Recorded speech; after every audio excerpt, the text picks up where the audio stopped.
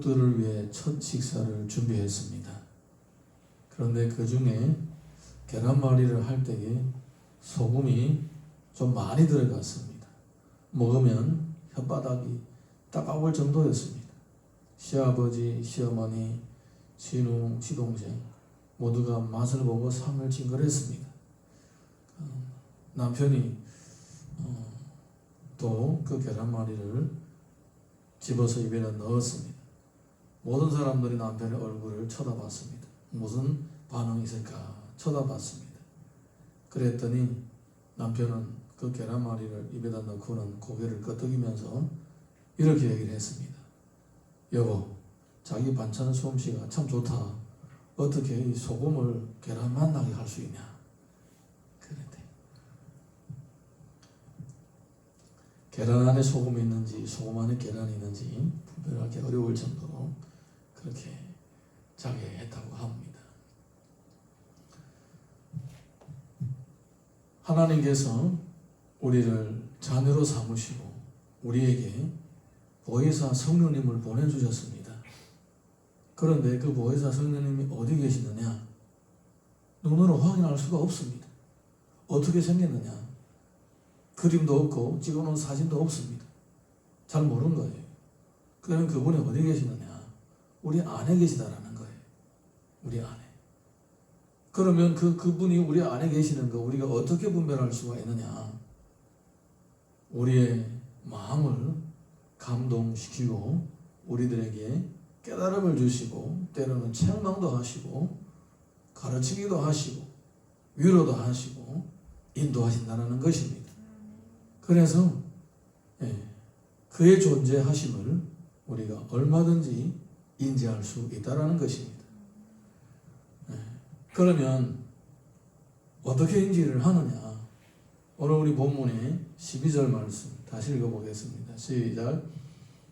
우리가 세상의 영을 받지 아니하고 오직 하나님으로부터 온 영을 받았으니 이는 우리로 하여금 하나님께서 우리에게 은혜로 주신 것들을 알게 하려 하심이라. 성도는 하나님으로부터 온 영을 이미 받았습니다. 할렐루야. 고린도전서를 보게 되면 이런 내용이 있습니다. 너희는 너희가 하나님의 성전인 것과 하나님의 성령이 너희 안에 계시는 것을 알지 못하느냐? 이미 하나님께서 우리를 성전으로 삼으셨습니다. 그리고 그 성전을 자기의 거처로 삼으시고 안에 계십니다. 성령께서 안에 계시기 때문에 우리가 이미 성전이 되었습니다. 그러니까 하나님은 우리 눈에 보이지 않습니다. 모습도 보이지 않습니다. 그런데 하나님께서 우리의 자체를 우리의 몸과 마음을 집으로 삼으셨다는 것입니다. 당신의 거처로 삼으셨다는 것입니다. 떨락날락 할 수 있도록. 할렐루야. 우리가 집을 사든지 월세 내든지 전세 내든지 내가 그 집을 내 집으로 생각하고 있으면 그 집을 들락날락 하게 되어 있습니다. 나의 소유가 된 것입니다. 다른 사람이 그 집을 들락날락 하려면 나의 허락을 받아야 됩니다. 하나님께서 우리를 자신의 성전으로 삼으셨다라는 것입니다. 그러니까 우리 가운데 성령이 거하시는 것 외에는 다른 어떤 존재도 반드시 하나님의 허락을 받으셔야 된다는 것입니다. 그런데 하나님께서는 다른 영, 다른 존재가 우리 마음의 보좌에 자리 잡고 있는 것을 원치 않으십니다. 하나님은 오직 그분만이 우리의 주인이 되기를 원하시는 것입니다. 요한일서를 보게 되면 그의 성령을 우리에게 주심으로 우리가 그 안에 거하고 그가 우리 안에 거하는 줄을 아느니라. 그분이 우리 안에 거하시고 또 우리를 인도하십니다. 자기의 소유로 삼으시고 이끌어 주십니다. 그런데 성경을 보니까 우리가 그분이 우리 안에 거하실 뿐만 아니라 우리도 그분 안에 거하고 있다라는 거예요. 예.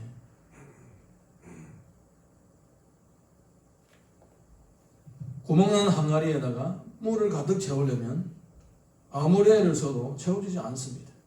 그렇지만은 그 구멍난 항아리를 바다 속으로 강 속으로 집어넣고 있으면 안에 물이 차게 되는 것처럼 우리가 이 죄의 이 몸이 세상에서 살고 있었던 죄의 몸이 어떻게 성령님이 안에 계시고 또 어떻게 성령이 충만하게 할 수 있게 하겠습니까? 우리 힘으로 안 되는 것입니다. 그래서 성령이 우리 안에 거하시기도 하고 우리도 또한 성령 안에 거하는 것입니다. 이런 은혜가 성도들에게 주어져 있습니다. 그래서 그가 내 안에 내가 그 안에 있게 되는 것입니다. 그래서 우리가 그 안에 거함으로써 늘 하나님의 은혜를 담는 그릇으로 살아가게 되는 것입니다. 우리에게 이렇게 큰 은혜를 주셨다는 거예요. 할렐루야. 놀라운 은혜입니다. 내가 내 마음에 주님을 모신다고 해서 내 마음대로 할 수 있는 것이 아닙니다. 내가 또한 주님 안에 있기 때문에 내가 주님 안에 떠나면 그 다음부터는 이제 하나님의 은혜 가운데 살기가 어려워지게 되고 하나님의 은혜를 떠남으로써 그 다음에 육신의 생각들, 육신의 방식들 가지고 살게 된다는 거예요. 늘 마음으로 주님을 모시고 삶 가운데서 은혜 가운데로 거하기를 예수님 이름으로 축복합니다. 네. 그래서 성도는 아무거나 봐도 안 되고 아무것이나 가도 안 되고 아무것이나 손대도 안 된다는 것입니다. 거룩한 은혜가 항상 내 안에 있도록 내가 또한 은혜 가운데 거해야 되는 줄로 믿습니다. 예, 이어서 또 13절에서 14절 읽어봅니다. 시작. 우리가 그것을 말하거니와 사람의 지혜가 가르친 말로 아니하고 오직 성령께서 가르치신 것으로 하니 영적인 것은 영적인 것으로 분별하느니라. 육에 속한 사람은 하나님의 성령의 인도를 받지 아니하나니 이는 그것들이 그에게는 어리석게 보이며 또 그는 그것들을 알 수도 없나니 그러한 일은 영적으로 분별되기 때문입니다. 육신의 사람들은 영적인 일을 오히려 어리석게 보는 거예요. 저게 참 미련하다라고 생각하는 거예요. 예. 우선 먼저 전도를 해보게 되면 시간이 없다고 합니다.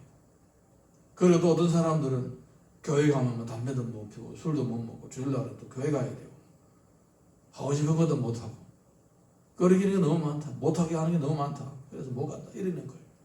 어리석어 보이고 미련해 보이는 거예요. 거기다가 또 11조도 내야 되고 헌금도 해야 되고 세견대도 해야 되고 교육도 받아야 되고 너무나 힘들다 이거예요. 이 모든 것들이 다 어리석어 보이는 거예요. 그것이 은혜 가운데 거하는 방편인데도 불구하고 그것이 잘 되는 길임에도 불구하고 그게 잘 되는 길처럼 안 보이는 거예요. 오히려 힘들어 보이고 어리석어 보이는 거예요. 여러분, 사람이 뚱뚱해지면 비만이 되면 옛날에 입었던 예쁜 옷을 못 입게 됩니다. 그러면 지혜로운 사람은 어떻게 합니까? 내가 뚱뚱해졌구나. 다이어트 하게 되겠죠. 다이어트 해가지고 몸매를 잘 갖고 갑니다. 몸매만 갖고 오는 것이 아니라 다이어트 하면 건강에도 좋아지죠. 그런데 누가 이 옷을 이렇게 만들었냐? 나쁜 옷이야 이거는. 이렇게 생각하는 거와 똑같은 거예요. 옷을 좋은 것을 줘도 나는 이거 싫다. 어디 이런 옷 다 주냐? 자기가 뚱뚱해진 거는 모르고 옷이 나쁘다라고 판단하는 거예요. 이건 마찬가지로 하나님께서 우리를 보고 해라는 모든 것들은 우리로 하여금 은혜 가운데 거하게 하시는 것입니다. 그런데 우리가 이미 변해버리면 우리가 그것이 은혜로 보이지 않는다면 나에게 그것은 무거운 짐이 되고 고통이 되고 그것이 오히려 수족을 결박하는 사슬처럼 보인다는 거예요. 로마서 8장 보게 되면 육신을 따르는 자는 육신의 일을 영을 따르는 자는 영의 일을 생각하나니 육신의 생각은 사망이요 영의 생각은 생명과 평안이니라. 육신의 생각은 하나님과 원수가 되나니 이는 하나님의 법에 굴복하지 아니할 뿐 아니라 할 수도 없습니다. 육신에 있는 자들은 하나님을 기쁘시게 할 수 없느니라. 육신에 있으면 은혜에 멀어지기 때문에 하나님을 기쁘시게 할 수가 없고 오히려 하나님과 원수가 됩니다. 베드로가 주는 그리스도시요 살아계신 하나님의 아들이시니다라고 신앙 고백을 할 때 예수님께서 바로 칭찬을 하십니다. 그리고 하늘에 천국의 열쇠를 주겠다고 그렇게 말씀하십니다. 그런데 예수님께서 내가 십자가를 져야 된다라고 고난을 당해야 된다라고 하니까 그러면 안 됩니다. 이렇게 주님을 막 책망하려고 하는 거예요. 그때 주님이 뭐라고 하셨습니까? 사탄아 물러가라. 이렇게 얘기를 하십니다. 사탄아 물러가라. 베드로가 사탄입니까? 아니죠. 거기에서 사탄이라는 것은 하나님의 뜻을 대적하는 것, 하나님의 뜻대로 생각하지 않고 육신의 생각하는 그것을 가리키는 거예요. 모든 육신의 생각은 하나님의 뜻을 대적하게 되어 있습니다. 모든 육신의 생각은 결국은 하나님과 원수가 됩니다. 그래서 예수님께서 사탄아 내 뒤로 물러가라 이렇게 선포하시는 것입니다. 여러분, 우리 안에는 성령님이 계십니다. 그러므로 우리가 항상 은혜 가운데 거해야만이 내 안에 은혜가 충만하게 되고 매일매일마다 천국의 기쁨을 맛보면서 살아가게 되는 것입니다. 한순간이라도 육신의 생각을 허용하게 되면 그때부터 사단은 문이 살짝 열리면 삐집고 들어오는 것처럼 마음이 틈이 생기면 바로 삐집고 들어오게 되는 거예요. 여러분, 사람은 항상 죄가 삐지고 들어올 때 야 이거 죄구나라고 깨달을 수 있는 게 아닙니다. 은혜 가운데 거하고 있어야 그것이 죄인 줄 알고 나쁜 것인 줄 압니다. 다윗이 저 멀리서 집에서 자에다가 물을 잔뜩 담아놓고 샤워를 하고 있는 바세바를 볼 때에 자기가 지금 잘못된 생각을 하고 있다는 걸 몰랐습니다. 그리고 그 한 걸음 한 걸음 빠져가지고 간음죄를 짓고 살인죄를 짓게 되는 거예요. 처음부터가 그것이 잘못되고 나중에 그렇게 심각한 하나님의 심판이 있다는 걸 알면 처음부터 안 하죠. 그런데 몰랐다는 거예요. 나중에야 알고 가슴을 치면서 통회하고 담요가 흠뻑하게 젖을 정도로 통회했던 거예요. 그렇게 후회할 거 왜 하냐 이거예요. 알아서만 했겠느냐 이 말입니다. 몰랐기 때문에 하는 거예요. 여러분, 이것이 바로 육신의 생각입니다. 은혜 가운데 거하지 않고 있으면, 영적으로 나태되어 있으면 육신의 생각이 들어와도 그것이 육신의 생각인 줄 모른다는 것입니다. 육신의 생각이 들어올 때 반드시 예수님의 이름으로 대적해야 됩니다. 예수님의 이름으로 명하노니 육신의 생각은 물러가라. 아멘입니까? 아멘. 대적하지 않으면 그게 자리를 잡는다는 거예요. 그리고 언젠가 그게 꿈틀거리면서 죄의 쓴맛을 보게 한다는 것입니다. 그런데 내가 그것을 발견하지 못하면 어떻게 대적할 수가 있겠습니까? 발견하려면 항상 은혜 가운데서 살아야 됩니다. 은혜 가운데서 사는 것은 하나님의 축복이 보장될 뿐만 아니라 또한 그 받은 바 축복이 헛된 데에 빠지지 않기 위해서 또 죄를 대적하는 그런 효과도 있는 거예요, 사실은. 항상 주님이 내 안에 계시고 나도 주님 안에 거해야 된다는 사실을 늘 기억하시기를 예수님 이름으로 축원합니다. 갈라디아서 보게 되면 육체의 일은 분명하니 곧 음행과 더러운 것과 호색과 우상숭배와 주술과 원수 맺는 것과 분쟁과 기사와 분냄과 당짓는 것과 분열함과 이단과 투기와 술취함과 방탕함과 또 그와 같은 것들이라. 이전에 너희에게 경계한 것 같이 경계하노니 이런 일을 하는 자들은 하나님의 나라를 유업으로 받지 못할 것이요. 육신의 일이 무엇인지 낱낱이 얘기하고 있습니다. 우리가 만약에 육신의 생각이 빠져 있다면 이런 죄를 지게 된다는 것입니다. 좋은 나무는 좋은 열매를 맺게 되고 나쁜 나무는 나쁜 열매를 맺게 됩니다.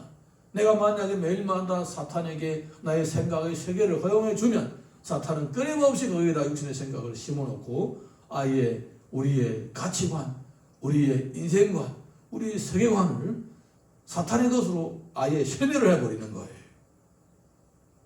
그러면 이제 나중에 이런 육신의 일들을 저지르게 됨으로써 하나님께 죄를 짓는 거예요. 사랑하는 성도 여러분, 사람은 어디엔가가 세뇌에 당하게 되어 있습니다. 하나님께 세뇌를 당하든지 사탄에게 세뇌를 당하든지 세뇌를 당하게 되어 있어요. 생각의 세계에다가 하나님의 말씀으로 가득 채우시기를 예수님 이름으로 축원합니다.